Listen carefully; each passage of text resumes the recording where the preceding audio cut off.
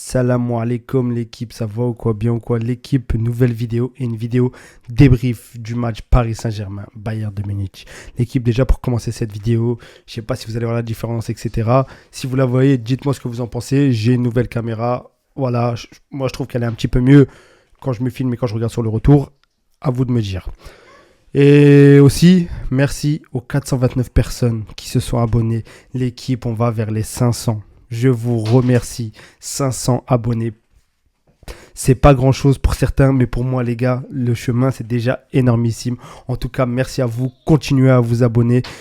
Ça me fait énormément plaisir, l'équipe. Merci à vous, en tout cas. Du coup, l'équipe, on va revenir sur le match. Victoire 2-0 du Paris Saint-Germain. Ouais. Paris Saint-Germain qui a pris sa revanche sur le Bayern Munich. Il me semble qu'ils avaient perdu dans les phases, c'est plus dans les phases de groupe, mais Ligue des Champions dans la phase des tableaux, là, ils avaient perdu, je crois, contre le Bayern Munich. Ils avaient perdu la finale aussi en 2020, si je dis pas de bêtises, sur un but de Kingsley Coman. Et là, le Paris Saint-Germain qui prend sa revanche. Ouais. Paris cette année, les gars, honnêtement, Paris, c'est vraiment très fort. Et tu sens qu'ils ont passé un stade dans le sens où, avant, tous les petits détails jouaient contre eux. Mais là, ils ont réussi à retourner la tendance pour faire en sorte que les petits détails jouent avec eux. Et c'est là où tu vois que c'est devenu quelque chose, Paris. C'est devenu une très grosse équipe, championne d'Europe, demi-finale de cette Coupe du Monde des clubs. Ils te battent le Bayern. Qu'est-ce que vous voulez dire? Ça n'a pas été un match facile, mais les gars, ils sont excusables. Même si c'était arrêté là, le Paris Saint-Germain, honnêtement, franchement, ça aurait été un grand chapeau à eux pour la saison qu'ils ont fait. Mais les gars, non, ils veulent pas s'arrêter là. Ils continuent. Ils veulent aller chercher encore cette Coupe du Monde des clubs. Ils veulent prendre tous les trophées possibles et inimaginables cette saison. Ouais. Mais je pense que les supporters parisiens, même comme je l'ai dit, même si c'était arrêté là, voilà les gars, on aurait su que voilà, ils sont fatigués. Cette saison, ils ont tout donné. Ils sont partis chercher le trophée tant attendu. Ils ont réussi à l'avoir et pas de n'importe quelle manière. Ils ont battu des très grosses équipes. Ils ont gagné tous les trophées sur la chaîne nationale. Donc voilà, qu'est-ce que vous voulez de plus? Mais eux, ils s'arrêtent pas là. Très grosse saison et ils continuent. Pourtant, le Bayern, début de match, voilà, c'est un Bayern qui poussait, c'était un Bayern qui pressait haut, c'est un Bayern qui venait chercher les ballons. Même sur les relances de Donnarumma, on le voyait, toutes les relances de Donnarumma revenaient vers le Bayern Munich. Mais Paris, derrière, a su retourner la tendance. Tu te prends un carton rouge avec Pacho. C'est le seul point négatif. Parce que voilà, derrière, tu vas contre le Real Madrid sans ton meilleur atout défensif, enfin l'un des meilleurs, parce que voilà, surtout en charnière centrale, il est hyper important avec la saison qu'il fait, les matchs aussi en Coupe du Monde des clubs qu'il te fait. Très important, Pacho. D'ailleurs, ça va être des très grosses retrouvailles. Je vais plus en parler sur la vidéo du Real Madrid qui va sortir aussi en même temps que celle du PSG. N'hésitez pas, l'équipe, à aller la voir, à vous abonner aussi, abonnez-vous en balle. On continue à s'abonner, l'équipe. Donc, voilà. C'est le seul point négatif. Et en plus, derrière, après, tu arrives, tu te prends un carton rouge. Voilà, qui est... En vrai, s'il n'y avait pas rouge, ça n'aurait pas été un scandale. Honnêtement, je vous le dis, s'il n'y avait pas eu rouge sur Lucas Hernandez, ça n'aurait pas été un scandale. Ça n'aurait pas été un scandale du tout. Parce que voilà, pour moi, honnêtement, ça ne méritait pas le rouge. Et après, il y a eu aussi le fait de jeu, une grosse pensée, une grosse force, gros soutien aussi à Musiala d'ailleurs.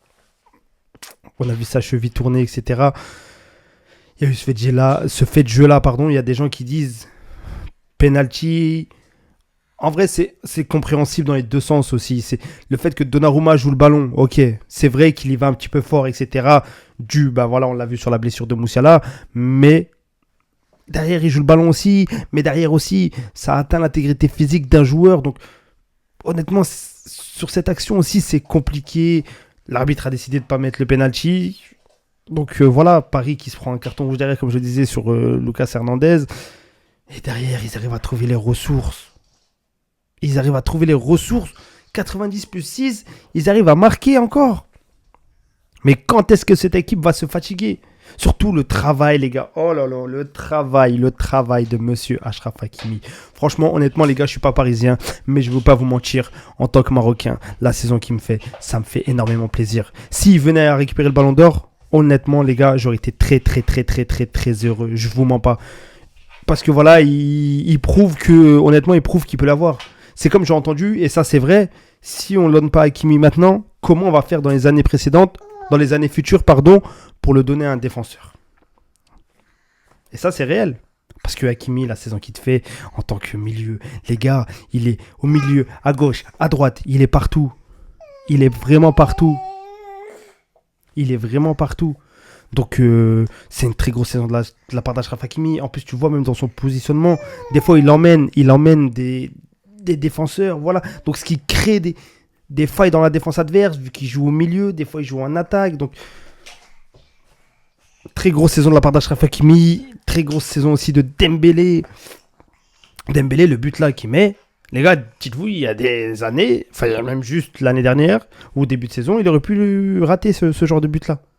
Le ballon qui lui vient plat du pied. Et c'est là où tu vois que Luis Enrique a fait progresser tous ses joueurs. Luis Enrique a fait progresser tous ses joueurs.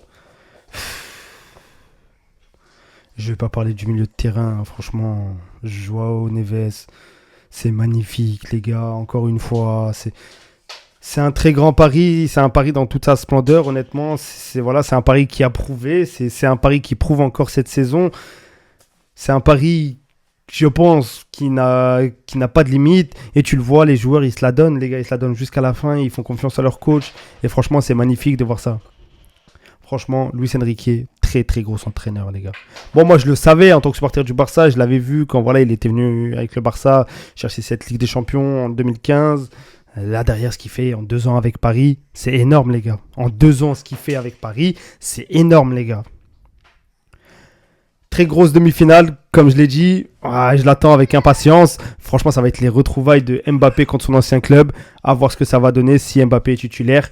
Mais en tout cas, voilà, les gars, je suis très, très heureux de voir cette Coupe du Monde-là, des clubs. Franchement, surtout, ça donne...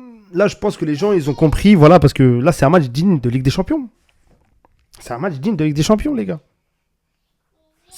Cette affiche avec ces deux équipes-là et l'intensité qu'ils ont mis, franchement, c'est un match digne de Ligue des Champions. Franchement. Et là, ça rapporte un plus dans cette Coupe du Monde des clubs-là. Je pense qu'elle va hyper plus de personnes maintenant, vu que c'est les phases d'élimination directe. Donc, c'est plus impactant. Voilà. Il y a plus d'enjeux. C'est vrai que tu as certains matchs dans les poules, voilà, tu t'ennuyais un petit peu, les débuts de match et tout. C'était nouveau, surtout aux États-Unis, etc. Donc, c'était nouveau. Donc, je comprends que ça a dérangé certains. Aussi, le fait que c'est dans la continuité de la saison. Ok. Mais là, les gars, franchement, ça rapporte une hype. T'as des très beaux matchs. T'as des très beaux matchs qui arrivent encore. Et voilà. À voir là où Paris Saint-Germain va s'arrêter, en tout cas.